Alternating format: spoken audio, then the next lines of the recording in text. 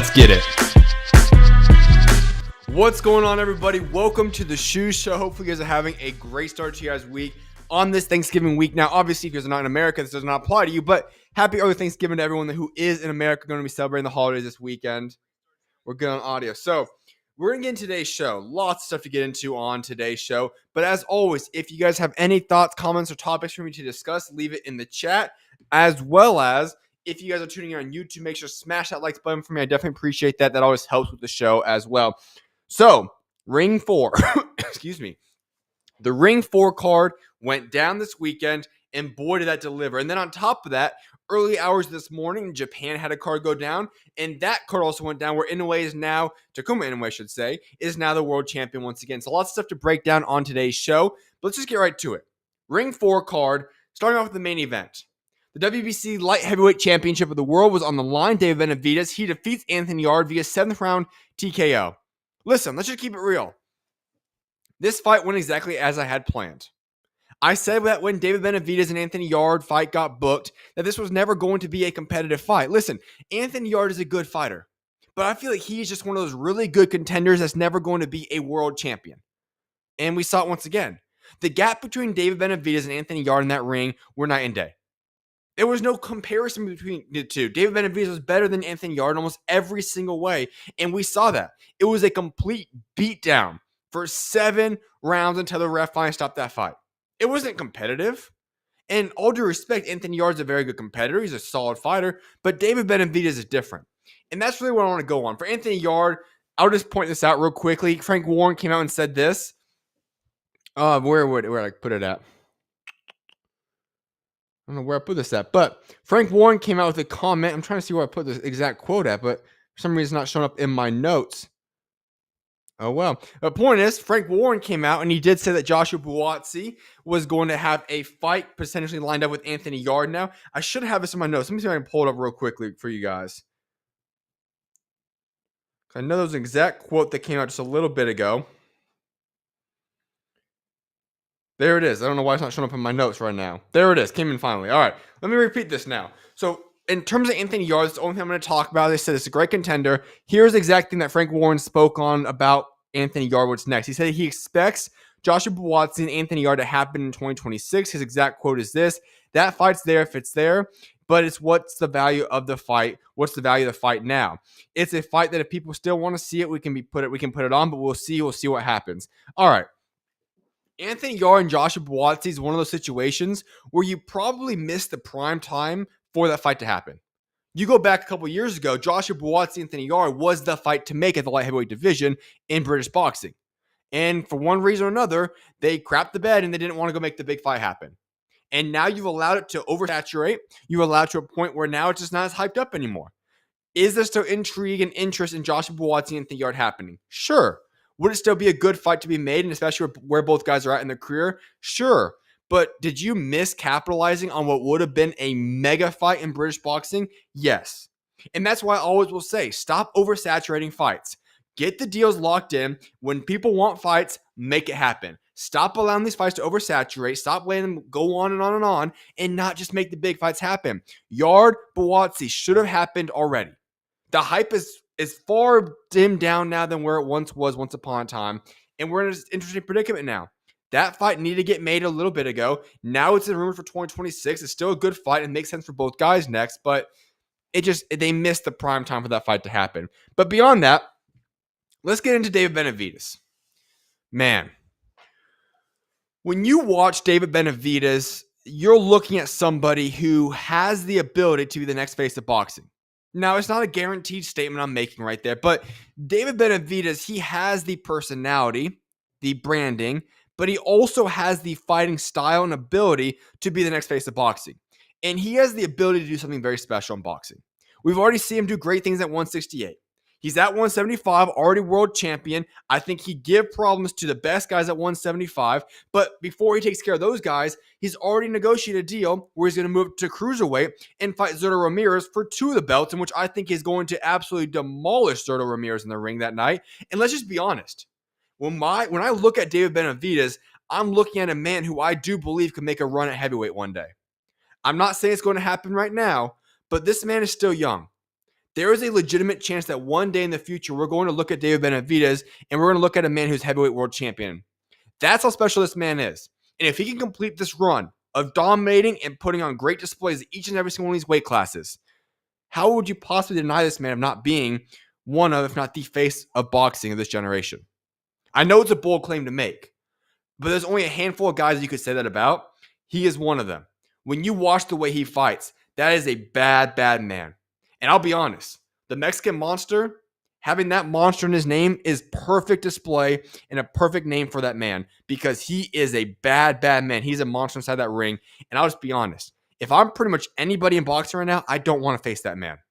Now, don't get me wrong. Opetaia is a problem. He's a bad man as well, as is obviously a lot of heavyweights. But when you watch David Benavidez, he has power, but he also has skill. And he has a non-stop tank. That man is a bad, bad man who I don't think anybody wants to face. So, yes, that is David Benavidez. He made a statement, did exactly what I thought he would do. But I do want to diverge a little bit on that because, yes, we do have news now that he announced after the fight that Zurdo Ramirez and Robin Safar did strike a deal to fight Zurdo's WBA and WBO Cruiserweight titles on January 16th in Palm Desert, California. If he does, in fact, win that fight, it's then going to open up the door for the May 2nd fight against David Benavidez. Now, here's what's interesting. Now, also that fight against Robin Safar, it is expected to be paired with the Alexis Rocha and Raul Correa rematch on DAZN. So that's what we're going to have in store for there. Now, I'm going to give you guys my first thoughts on this, and it is this. For David Benavidez, I like this idea. If you're going to go out there and fight Zurdo Ramirez, David Benavidez is going to do a working on Zurdo Ramirez. This is not going to be a competitive fight. Odds are very high that come May 3rd, David Benavidez will be a unified world champion at Cruiserweight. I just don't see any path that Zurdo Ramirez is going to do anything to David Benavidez. I'm not the highest man on Zurdo Ramirez to begin with. I'm very high on David Benavidez. I just don't think this fight's going to be competitive. But massive props to David Benavidez for taking this fight. He could sit out and wait for the Bivol fight to open up, or at least the winner of the trilogy, but he's going to move up to Cruiserweight. Now, that is concerning. Don't get me wrong, because that weight cut, moving all the way up to Cruiserweight and then trying to bring it all the way back down to 175 is a little bit concerning. I'm not sure how he's going to be able to do that, how his body will hold up, but that's what we have in store right now. So I don't see this fight being competitive whatsoever. I think David Benavidez is going to make a statement on Zurdo Ramirez, and that's going to happen. But let me also point this out real quickly. Now, Sampson claims that regardless of whether Benavidez wins or loses his fight with Zurdo, there's a verbal agreement with the WBA to order Bivol versus Benavidez to eliminate the regular 175-pound champion. Interesting. Now, can I be honest real quick? If David Benavidez and anybody else you want at 175 could possibly make a fight happen, I think we'd all admit that we would love to see David Benavidez fight Artur Beterbiev. That's the fight to make in my eyes. If you could point out and make any fight right now and light heavyweight, I would love to see Artur Beterbiev and David Benavidez fight each other.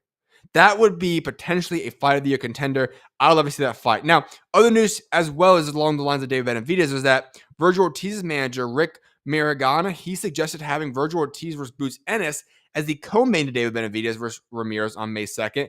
I'm going to get into that later on, but that's just outlandish. I don't think those need to be on the same card. If they were, that would be the main event anyway. So, yes, in regards to David Benavidez, he did his job. He took care of business. What a statement this past weekend. He proved why he is that man. Let's go to the co-main event. Devin Haney, Brian Norman went exactly as I had predicted as well. Devin Haney winning by unanimous decision. Now, I thought Brian Norman obviously had a chance by KO, and that was really it. The most shocking thing about that fight was that Devin Haney dropped Brian Norman Jr. I never expected that once in my life. Now, at any point did I ever expect to see Devin Haney possibly drop Brian Norman Jr. And yet, it happened. What a remarkable moment that was in round 2. Has one of the best pictures of the year in that situation. But yes, I want to make this point really clear about Brian Norman Jr. He's not done. Brian Norman Jr. has a very bright future ahead of him. Anybody dissing on the man, just stop. Please stop. Brian Norman Jr. is very, very young. He will be world champion once again. You can make a very good debate that he's the second best man in the entire 147-pound weight class right now. Devin Haney's just that guy.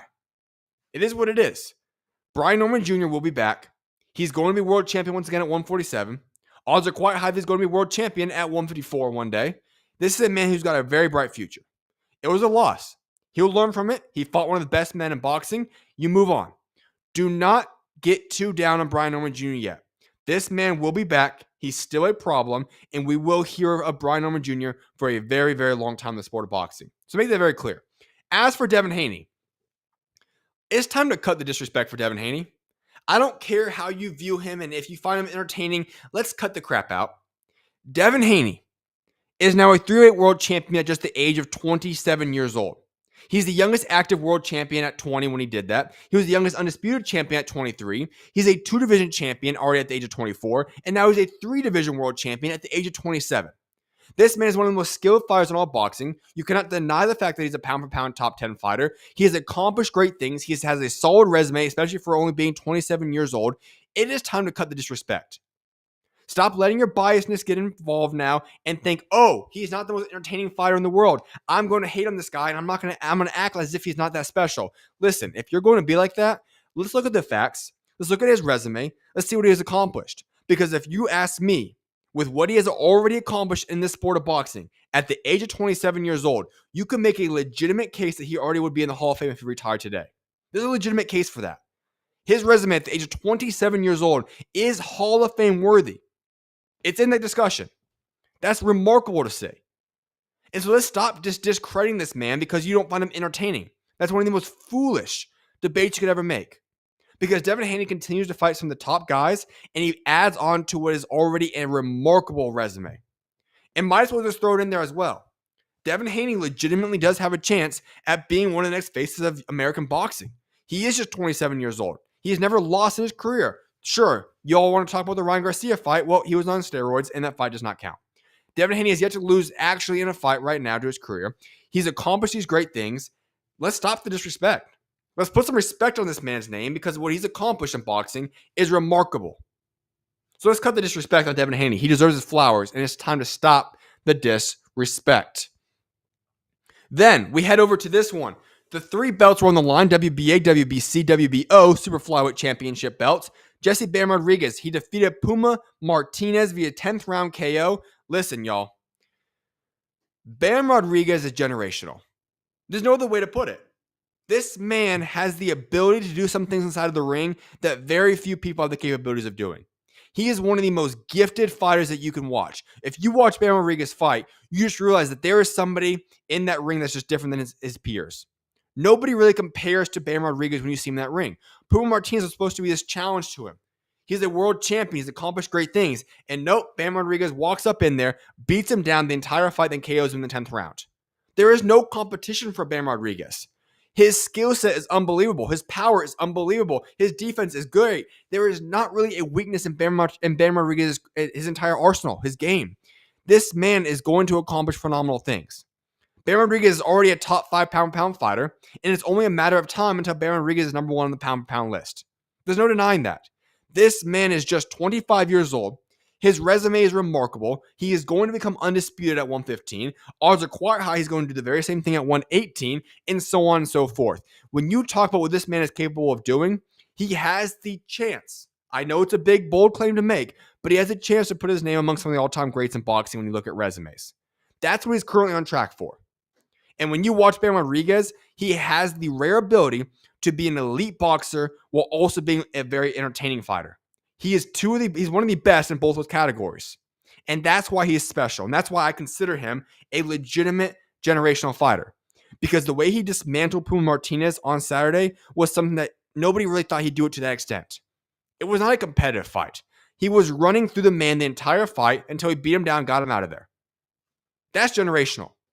And so for Bam Rodriguez, we just need to sit back and enjoy the Bam Rodriguez show because this man is phenomenal. Now, what is next for this man? Well, let's be honest. He's going to go for undisputed. I have no problem with that. Get the job done. It's going to be another easy fight. But we're looking long term.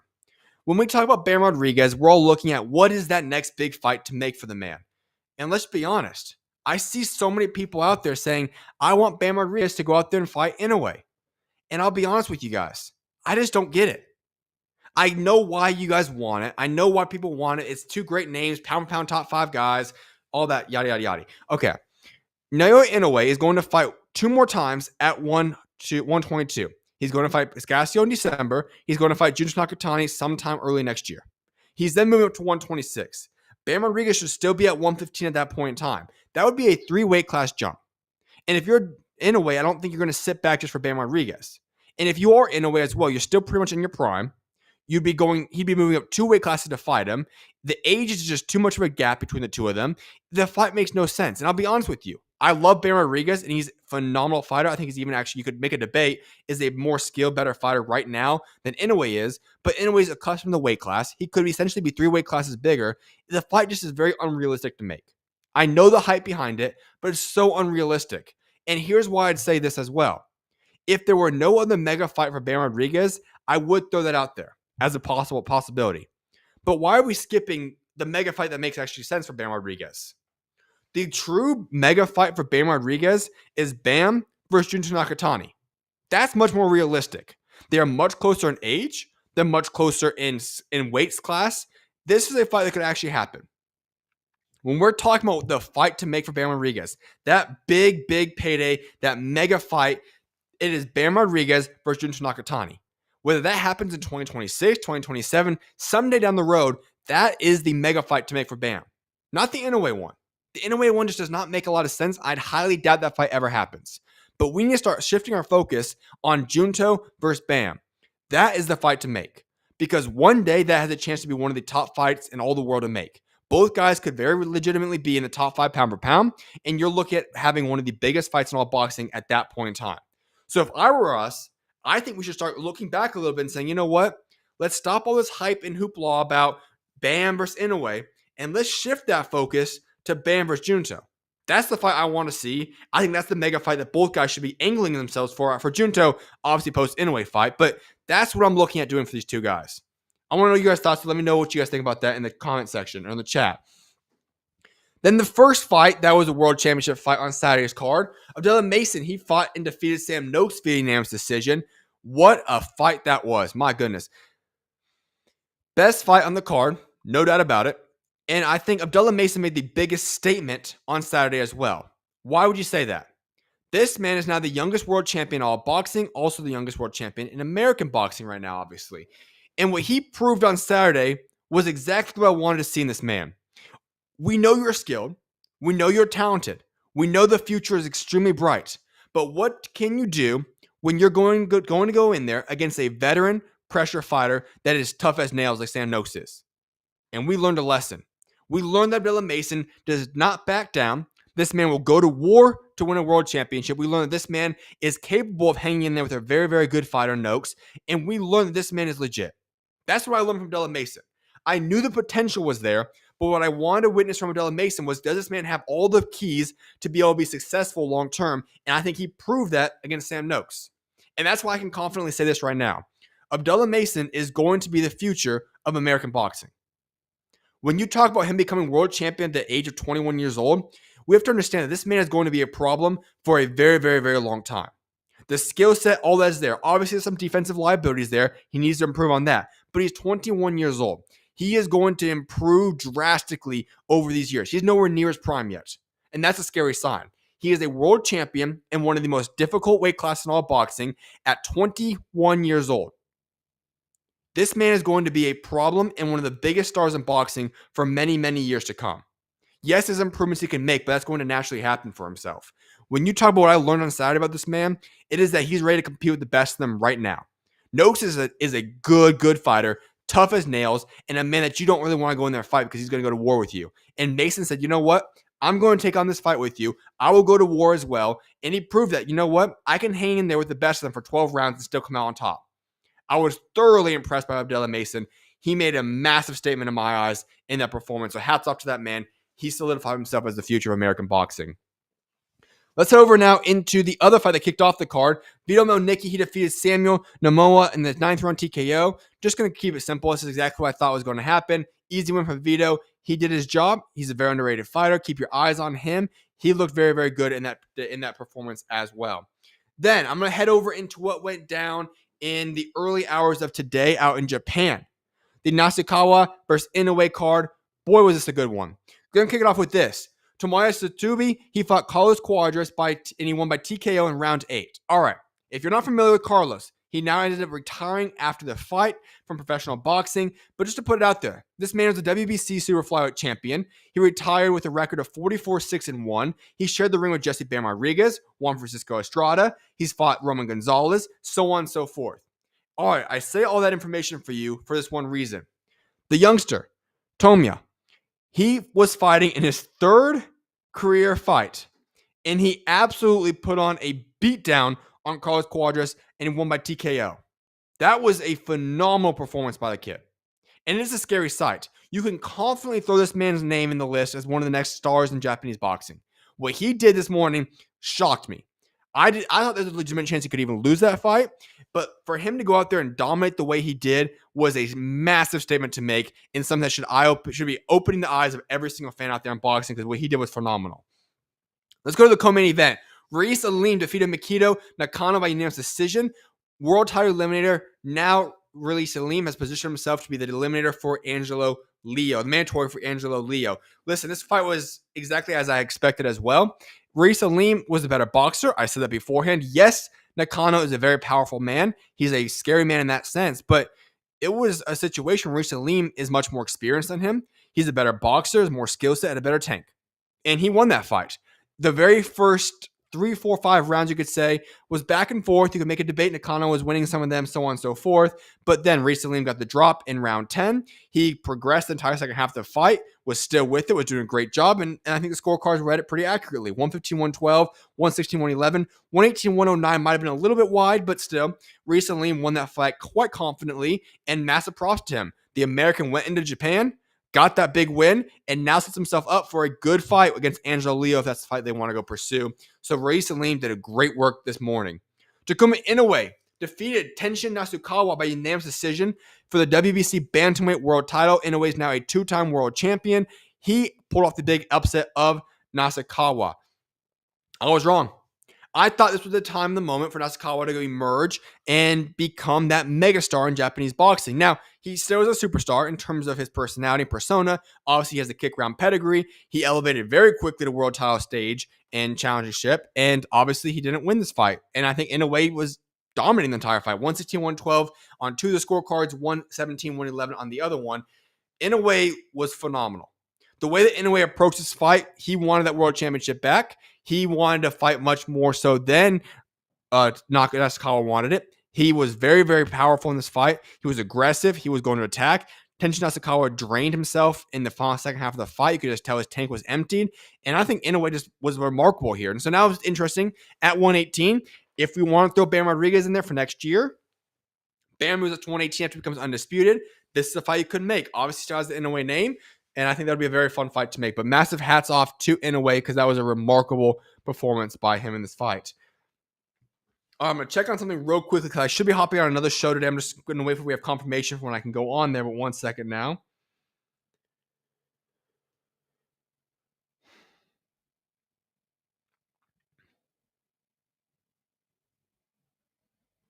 I don't see anything yet. So I should be hopping on another boxing show here shortly. I'll hop over onto that one if and or when that ends up coming through. But we talked about Zurdo Ramirez already, and I do want to throw this out there as well. So yes, it was reported.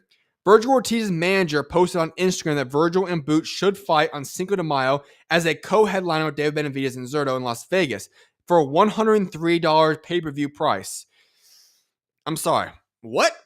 First and foremost, if there is a fight where Boots and Vergil Ortiz are involved, they're going to be the main event. No ifs, ands, or buts about that. Those two guys fighting is the main event in America, pretty much anywhere. There's very few fights you could make that would not be the main event. And yeah. Second of all, $103 pay-per-view price. All I can say is this. For Vergil Ortiz's manager, he's obviously really into making these clickbait things right now, because Eddie Hearn came out also and said this, that the fight, they haven't been discussing it. They haven't been hearing from Vergil Ortiz's team. Disappointing. And so, I'll be honest, I'm not too optimistic about this fight happening. I think David Benavidez Zurdo will be the Cinco de Mayo weekend. Big fight that weekend going down. Maybe and hopefully we do get Vergil versus Boots. But at this point, I don't think it's going to happen, because you hear a comment like this, it just sounds stupid. It makes no sense. It's illogical. $103 pay-per-view price. He's just throwing words out there. Makes absolutely no sense whatsoever. I'm not sure what he's doing here. So, just going to throw that out there. But yes, that is what they negotiated and talked about. All right, I also want to talk about this. When we talk about the Cruiserweight division, it is a mess. I genuinely do feel bad for Jai Opetaia. This is a man who I believe firmly is the best man at Cruiserweight today. He has been trying to go for undisputed time and again. And you know who keeps ducking him? None other than Zurdo Ramirez. Zurdo had all the opportunity to go fight Jai Opetaia. And then what happens? He gets hurt, and all of a sudden coming back in January, does a tune-up fight. Fine. But now we learn that there's another fight lined up already for Zurdo to go out there and fight Benavidez. Not saying Benavidez is not a very tough competitor, but the point is, the Jai Opetaia fight's been there all along, and yet Zurdo continues to turn it down. There's no other explanation of this, other than to say that Zurdo Ramirez is clearly ducking Jai Opetaia. And if you're Jai Opetaia, you have to realize this. If you cannot get the fight against the Badou Jack Nmomah McMillian fight rematch, if you cannot get that light fight lined up for yourself in 2026, where you then would unify your world championships, then it's time to move to heavyweight. Why? Because what are you going to do? Cruiserweight sucks. There's nobody else out there to fight. Jai Opetaia will put a beat down on every single one of them. That includes Zurdo Ramirez, in my opinion. So if you're going to do anything, you might as well go out there for undisputed. But if Zurdo Ramirez is going to continue ducking you, you might as well move to heavyweight and make your mark there, because I do believe that Jai Opetaia could legitimately be a threat at heavyweight. And so if you're Jai, I would love to see you be undisputed. I think he legitimately can be undisputed at Cruiserweight. I think he would be undisputed given the chance. But the truth is this. The opportunity is not really there. For Jai Opetaia, he's got the opportunity. He's been wanting it, but the door is not open. And so if that door remains closed for Jai Opetaia, it is time to move on. It's time to go figure out what's next for yourself. In my eyes, that would be moved to heavyweight and making your mark there, which you will be quite successful at. But that's what we're going to see. Hopefully, though, we do get an opportunity where Cruiserweight is going for undisputed in 2026, because Zurdo fights Benavidez. Either one of them have 2 of the belts. Jai fights the winner, Badou Jack Nmomah McMillian. He has 2 of the belts. It should be a very easy, undisputed fight to make them between the winners. So hopefully that's what happens. But at this point, I'm just not optimistic about any of this stuff happening anymore. I think that's about all we've got for today's show. I don't see any more comments in the chat. Let me go through my notes real quick, see if we've got anything else I want to touch up on for today's show. I do want to touch up on this real quick, actually. So, I personally would love to see Better Be if Bivol do the trilogy. I think it needs to happen. But if we were to make possibly the best fight in 2026, it's hard to argue that you can find too many better fights than David Benavidez and Artur Beterbiev. Styles make fights. We all know this. What better fight to make than 2 top 10 pound-for-pound fighters, both of which have one of the highest outputs in boxing, both of which love to go for the kill, both of which have great power, and both of which love to go to war in a ring, than that fight right there. If I were to be matchmaking, and I just want to see the best possible fight in honestly all of boxing, I think you got to put David Benavidez and Artur Beterbiev together. That would be the definition of war right there. Those 2 guys, now, I'd have to pray that they make it out all right, but those 2 guys would go to war.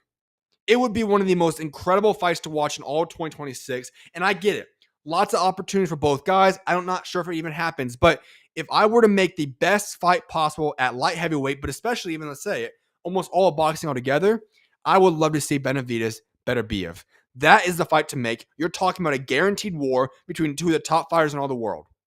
That right there would be box office. That right there would be possibly the best fight to make in 2026 in terms of the most entertaining. And I think that fight would legitimately go down as the fight of the year in 2026, or at least have a good chance at that. So I'm just going to play a little bit of matchmaking. I know there's a lot of things going on behind the scenes. I'm not sure if it makes sense to make it happen. But if we could make that fight happen, there's not too many better fights to make in boxing than that one right there. All right, with that being said, I don't see any more comments in the chat right now. So I'm going to be signing off for today's show. I appreciate you guys all for tuning in. So today in America, obviously this week, we have all the different kind of stuff going down with the holidays, with Thanksgiving and all that. So I'm not exactly sure my schedule. I might go live tomorrow night. I'm going to be in Las Vegas during the day, and then I'll come back home at night. But I'll let you guys know if I'm going to have a show on Tuesday. If not, hopefully I'll be on air on Wednesday, maybe even Friday. So I'll let you guys know how it all unfolds, but I should be back live at least a couple more times this week. Have a blessed rest of you guys' day, though. And if I don't come on live for some reason, have a great rest of you guys' Thanksgiving break as well. I will be back live normal on next week. So God bless you guys all. Have a blessed rest of you guys' day.